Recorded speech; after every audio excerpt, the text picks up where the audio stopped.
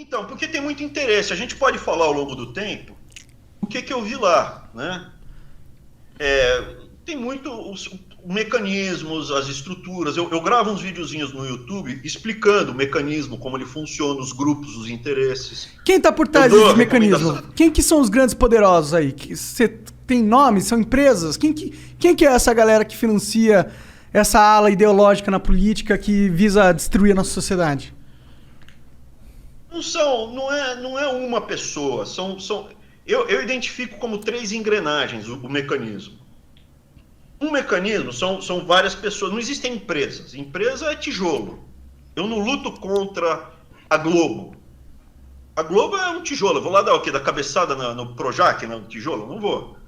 Quem está bancando a Globo? A turma que está lá ficando bilionária com benesses, com isenção tributária, agora não está mais, né? Tanto é que estão demitindo todo mundo. Então, parece assim, muito que a mamata acabou nos estúdios Globo. Então o que acontece? Eu vejo, você tem uma peça dessa engrenagem do mecanismo que infelizmente, ou felizmente, né? Felizmente, eu fiquei velho, estou ficando velho, então eu consigo comparar ao longo do tempo. Porque, felizmente, né? Porque a alternativa é péssima ficar velho, né? A alternativa é morrer, então é melhor ficar velho. Só que eu posso te afirmar que está cada vez mais difícil você ser classe média. Está cada vez mais difícil você ter uma pequena empresa, mecânico, uma padaria, supermercado. Quando eu era moleque, tinha um monte de marcas de supermercado. Tinha um monte, carne não tinha grife. Tinha um monte de açougue, tinha um monte de frigorífico.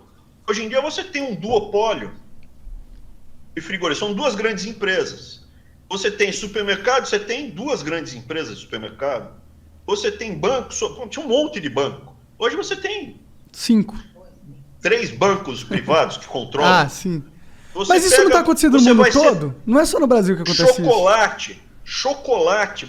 Onde você olha, você tem cerveja, o caso mais, cerveja, você tem concentração. E aí eu cheguei ao MEC e vi alguns desses atores, dessas pessoas, desses bilionários, querendo fazer a mesma coisa no MEC. Já com as suas bancadinhas, que eles dão dinheiro para eleger.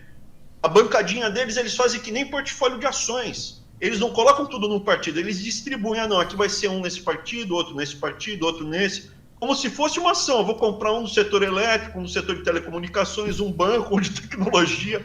E eu lidava com essa bancada, com os interesses para você ter mais um monopólio. Então, assim, para não voltar, a engrenagem é composta por famílias bilionárias que querem ter os monopólios e o controle econômico do país. Você tem o pessoal da corrupção, é a segunda engrenagem, o pessoal que rouba diretamente, isso é, quero aqui 25%, 5%, 10% dessa obra. Quero uma comissão. E você tem o pessoal ideológico, mas não são separados, você tem áreas de intersecção. Já viu? Lembra na escola? Você tem 3 círculos. Uhum. Você tem áreas de intersecção. Então tem cara que é corrupto e bilionário, tem cara que é de esquerda, corrupto e bilionário, tem cara que é só corrupto, que não está se lixando para a ideologia, tem cara que quer só ser bilionário e ter o seu monopólio e alucinar com a gente. E apareceu uma 4ª engrenagem, que eu não posso falar o país, mas é muito óbvio. É um país... Começa com C, não? Desculpa. Muito grande, e está ampliando a sua musculatura internacional. E aqui do Banco Mundial eu vejo que é o mesmo método em todos os países, porque eu estou tendo contato no Banco Mundial com representantes de todos os países. E o método, a abordagem é exatamente o mesmo. Eles entram, fazem um contato especial com alguém do político de peso daquele país, faz contratos de gaveta. O que são contratos de gaveta? Assuntos. Contratos que você não sabe os detalhes deles. São contratos sigilosos, que você não tem acesso aos contratos. Nem o cara que assinou ou tipo, o público não tem acesso? Não, eles assinam entre eles e a gente não sabe qual é, entendeu? Entendi. É isso aí, Igor. E aí o que acontece? É o mesmo modus operandi. E aí o país fica na mão dessa grande... E não é o povo e não é o país. Lá também são algumas famílias que controlam o sistema.